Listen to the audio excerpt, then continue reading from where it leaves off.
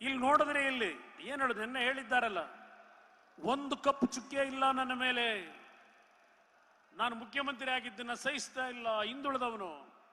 ನೀವು ಹಿಂದುಳಿದ ವರ್ಗದ ಮುಖ್ಯಮಂತ್ರಿ ಅಲ್ಲ, ರಾಜ್ಯದ 6.5 ಕೋಟಿ ಜನತೆಯನ್ನ ಪ್ರತಿನಿಧಿಸ್ತಕ್ಕಂಥ ರಾಜ್ಯದ ಮುಖ್ಯಮಂತ್ರಿ ಅನ್ನೋದನ್ನ ಮೊದಲು ಇವತ್ತು ಸಿದ್ದರಾಮಯ್ಯನವರೇ ನೀವು ಕಲ್ತ್ಕೋಬೇಕು ಅನ್ನೋದನ್ನ ಹೇಳಲಿಕ್ಕೆ ಬಯಸ್ತೇನೆ.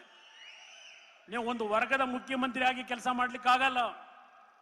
6.5 ಕೋಟಿ ಜನತೆಗೆ ರಕ್ಷಣೆ ಕೊಡಬೇಕಾದಂಥದ್ದು ಈ ರಾಜ್ಯದ ಮುಖ್ಯಮಂತ್ರಿಯ ಕರ್ತವ್ಯ. ಕಪ್ ಚುಕ್ಕೆ ಇಲ್ಲ ಅಂತಾರೆ. ಬಹುಶಃ ಅದ್ಯಾರಪ್ಪ ನನ್ನ ಸ್ನೇಹಿತ ಒಬ್ಬ ಹೇಳ್ತಿರ್ತಾನೆ, ಎಲ್ಲ ನಾನೆಲ್ಲೋ ಕಾಕಿ ಚಡ್ಡಿ ಬಹಳ ಬಿಗಿಯಾಗಿ ಕಟ್ಕೊಂಡಿದ್ದೀನಿ ಅಂತ ಯಾವಾಗ ಹೇಳ್ತಾ ಇರ್ತಾನೆ. ಬಹುಶಃ ಸಿದ್ದರಾಮಯ್ಯನವರ ಚಡ್ಡಿ ಎಲ್ಲ ಕಪ್ ಮಾಡ್ಕೊಂಡ್ಬಿಟ್ಟವ್ರೀಗ. ಕಪ್ ಚುಕ್ಕೆ ಮುಖದಲ್ಲಿ ಕಾಣ್ತಿಲ್ಲ ಅಂದ್ರೆ ಏನ್ ಮಾಡಕ್ಕಾಗತ್ತೆ? ಬಹಳ ಪ್ರಾಮಾಣಿಕ ನಾನು ಒಂದು ಭೂಮಿ ಖರೀದಿ ಮಾಡಬೇಕು ಅಂತ ಆಸೆ ಪಟ್ಟವನಲ್ಲ, ಒಂದು ಆಸ್ತಿ ಮಾಡಬೇಕು ಅಂತ ಆಸೆ ಪಟ್ಟವನಲ್ಲ. 30 ಲಕ್ಷ ಸಾಲ ಮಾಡಿದ್ದೆ, ಸಾಲ ತೀರಿಸಲಿಕ್ಕೆ ಮನೆ ಮಾರಾಟ ಮಾಡಿಬಿಟ್ಟೆ. ಇಲ್ಲಿ ಕೂತ್ಕೊಂಡು ಹೇಳಿದ್ದೀರಿ ನಿನ್ನೆ ದಿನ.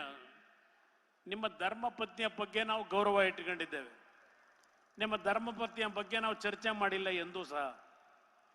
ನಿಮ್ಮ ಧರ್ಮಪತ್ನಿಯವರು ಹೊರಗಡೆ ಬಂದಿದ್ದಾರೆ, ನೀವು ಪ್ರಮಾಣ ವಚನ ಸ್ವೀಕಾರ ಮಾಡಿದಾಗ ಬಂದರೋ ಬಿಟ್ರೋ ಅದು ನಾಡಿನ ಜನತೆಗೆ ಮುಖ್ಯ ಅಲ್ಲ. ಸಿದ್ದರಾಮಯ್ಯನವರೇ, ಮುಖ್ಯಮಂತ್ರಿಯಾಗಿ ಇವತ್ತು ಯಾವ ರೀತಿಯ ಕಾನೂನು ಬಾಹಿರವಾಗಿ ಮಾಡಿರ್ತಕ್ಕಂಥ ಈಗ ಹಗರಣವನ್ನ ಮುಚ್ಕೊಳ್ಳಿಕ್ಕೆ ಹೊರಟಿದ್ದೀರಿ, ಇದನ್ನ ನಾವು ಪ್ರಶ್ನೆ ಮಾಡ್ತಾ ಇರೋದು ವಿರೋಧ ಪಕ್ಷವಾಗಿ. ಸುದೀರ್ಘವಾಗಿ ಅಶೋಕ್ ಅವರು, ವಿಜೇಂದ್ರ ಮಾತನಾಡಿದ್ದಾರೆ. ಈಗ ನಾನ್ ನಿಮ್ಮನ್ನು ಕೇಳೋದಷ್ಟೇ, ನೀವು 14 ಸೈಟ್ ತಗೊಂಡ್ರು, 25 ಸೈಟ್ ತಗೋತಿರೋ, 40 ಸೈಟ್ ತಗೋತಿರೋ, ನಮಗೆ ಸಂಬಂಧ ಇಲ್ಲ. ಬಾಬಾ ಸಾಹೇಬ್ ಅಂಬೇಡ್ಕರ್ ಅವರು ಈ ದೇಶದ ಒಬ್ಬ ಸಾಮಾನ್ಯ ಪ್ರಜೆಗೆ ದುಡಿಮೆಯ ಹಕ್ಕನ್ನ ಕೊಟ್ಟಿದ್ದಾರೆ.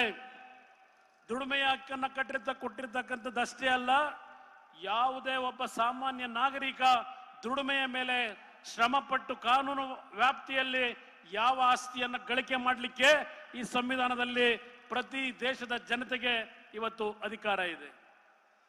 ನಾವು ಆ ಅಧಿಕಾರವನ್ನ ಪ್ರಶ್ನೆ ಮಾಡ್ತಾ ಇಲ್ಲ. ಅದು ದಲಿತರ ಭೂಮಿನೋ ಇನ್ಯಾವ ಭೂಮಿನೋ ಅದೋ ಒಂದು ಕಡೆ ಇಟ್ಟುಬಿಡಿ. ನೆನ್ನೆ ಇಲ್ಲಿ ಹೇಳಿದ್ದೀರಿ ಭಾಷಣ ಮಾಡ್ತಾ, ಆ ಭೂಮಿ ಯಾರ್ದು? ಭೂಮಿ ನೆನ್ನೆ ಪಾಪ ಶಿವಕುಮಾರ್ ಇಲ್ಲಿ ಮಾತನಾಡಿದ್ದಾರೆ, ಬಹಳ ಕಾನೂನುಬದ್ಧವಾಗಿ ಮಾತನಾಡಿದ್ದಾರೆ ಶಿವಕುಮಾರ್. ಅವರೇ ಸರ್ಟಿಫಿಕೇಟ್ ಕೊಡ್ಬೇಕಿಲ್ಲಿ.